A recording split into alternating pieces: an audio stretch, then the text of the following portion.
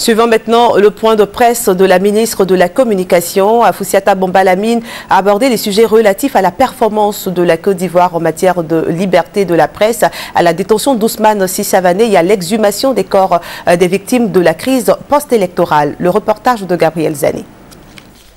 3 sujets étaient à l'ordre du jour de ce point de presse animé ce vendredi par la ministre de la Communication, Afoussiata Bambalamine. Le bond qualitatif de la Côte d'Ivoire en matière de liberté de la presse, la détention d'Ousmane Sissavané et l'exhumation des corps des victimes de la crise post-électorale. Sur le premier point, la ministre a relevé le rôle majeur joué par le président Alassane Ouattara dans l'établissement de la liberté de la presse. Notre pays est ainsi passé de la 159e à la 96e place en moins de 2 ans.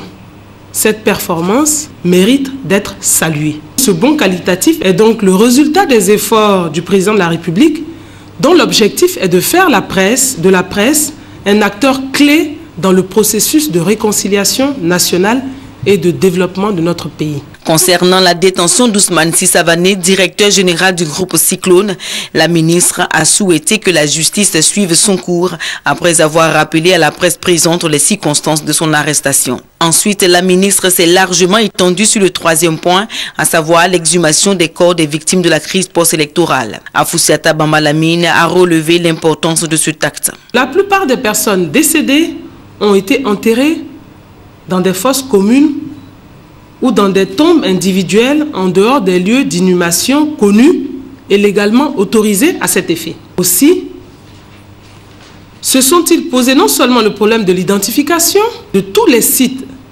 d'ensevelissement de fortune, mais également de celui des corps qui s'y trouvent, notamment pour éviter des risques d'insalubrité dus à la décomposition des corps enterrés dans les zones d'habitation, restituer les corps aux familles et procéder aux indemnisations.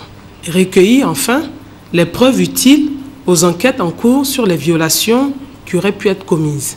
3248 personnes ont été exécutées sommairement ou sont décédées des suites des mauvais traitements sur le territoire national, selon le rapport de la Commission nationale d'enquête. Des appuis logistiques de la Croix-Rouge et de l'ONUCI ont été nécessaires pour identifier des fosses communes et des tombes individuelles. Ces travaux ont été menés sur l'insistance du président Alassane Ouattara pour donner la dignité à ces personnes disparues, selon la ministre de la Communication.